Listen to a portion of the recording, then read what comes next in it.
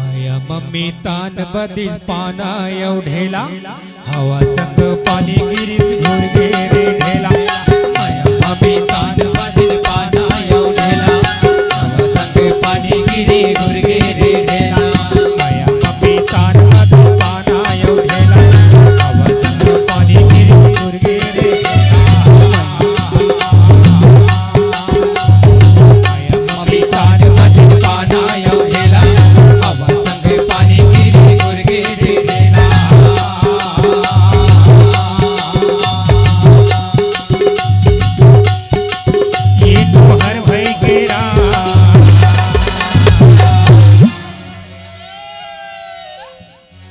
माटी के चोला नहर भई गे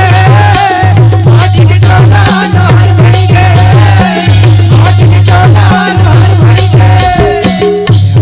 तान बदिल पाना एवढेला पाणी गिरी घोरगे रे ढेला माया मम्मी तान बदिल पाना एवढेला हवा संग पाणी गिरी घोरगे रे ढेला माया मम्मी तान बदिल पाना एवढेला पाणी गिरी घोरगे रे ढेला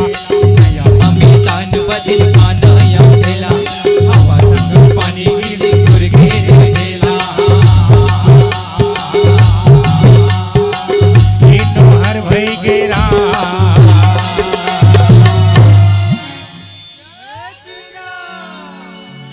माटी के चोला नहर भई गे माटी के चोला नहर भई गे माटी के चोला नहर भई गे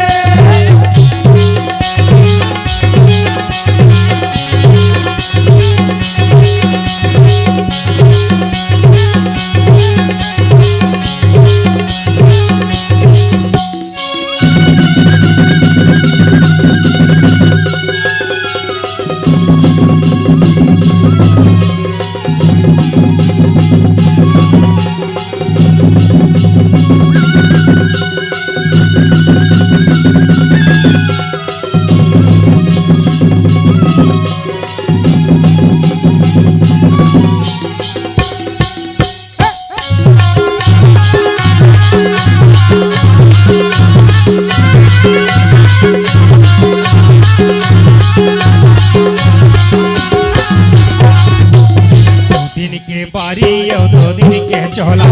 एक यही कौन जनी जी कतले तोला दो दिन के बारी यो दो दिन के चोला